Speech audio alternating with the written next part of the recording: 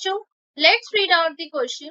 Which property of colloids is not dependent on the charge on colloidal particles? Option number 1 is coagulation. Option number 2 electrophoresis. Option number 3 electroosmosis. And option number 4 is Tyndall effect.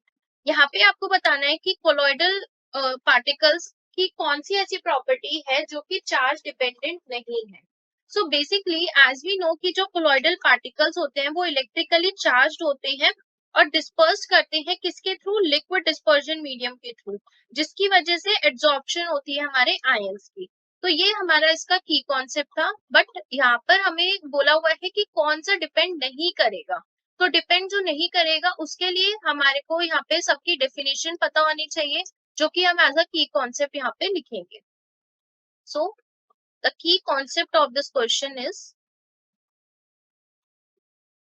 ये तो question को समझाने की बात थी कि colloidal particle जो होते हैं वो इलेक्ट्रिकली चार्ज्ड होते हैं डिस्पर्जन मीडियम के थ्रू, जिसकी वजह से एब्जॉर्प्शन होती है हमारे आयंस की. तो अब इसमें से कौन सी प्रॉपर्टी है जो कि डिपेंड नहीं करती हमारे चार्ज के ऊपर?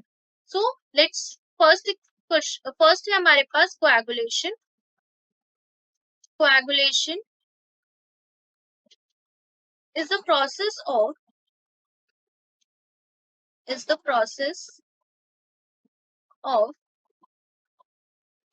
accumulation colloidal particles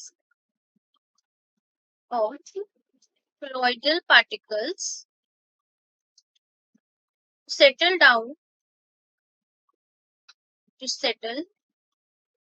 down as precipitates. It is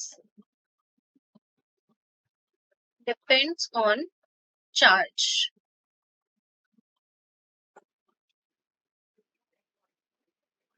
तो यहाँ पे कोएगुलेशन क्या बोल रहा है? ये हमारा वो प्रोसेस है जो कि एक्यूमुलेट करता है कोलॉइडल पार्टिकल्स को कि वो सेटल डाउन कर ले हमारे प्रेसिपिटेट्स को, और ये चार्ज डिपेंडेंट है. तो यहाँ पे फर्स्ट ऑप्शन तो हमारा इनकरेक्ट हो गया. Move on to the second option, that is electrophoresis. Electrophoresis is colloidal particles movement of colloidal particles towards an electrode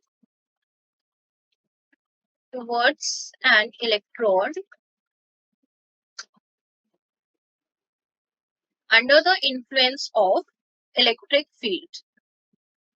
Under the influence of electric field. यहाँ पे जो डेफिनेशन बोल रही है कि कोलॉइडल पार्टिकल्स की मूवमेंट होती है इलेक्ट्रोड के टुवर्ड्स इलेक्ट्रिक फील्ड के अंदर. तो ऑब्वियसली चार्ज जो होगा वो हमारा जो है वो मूव करेगा, क्योंकि एब्जॉर्प्शन ऑफ आयंस होगा तभी चार्ज हमारा क्या करेगा? इसमें मूव करेगा, जिसकी वजह से ये ऑप्शन भी हमारा इनकरेक्ट हो गया. Move on to the third one. Third option है हमारे पास इलेक्ट्रोऑस्मोसिस. Electroosmosis deals with the charge of colloidal system. Deals with the charge of colloidal system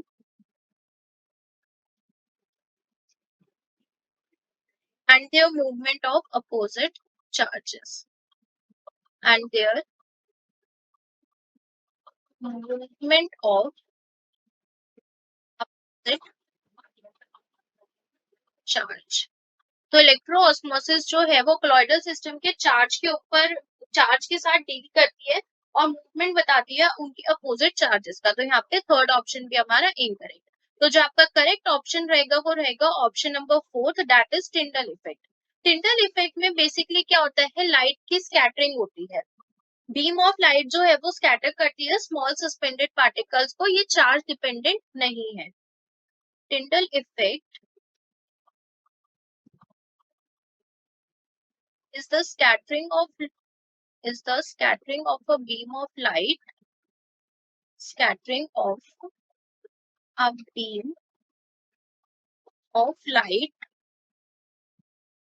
by a medium containing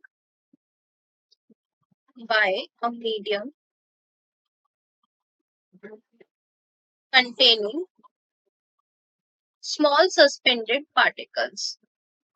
Small suspended particles.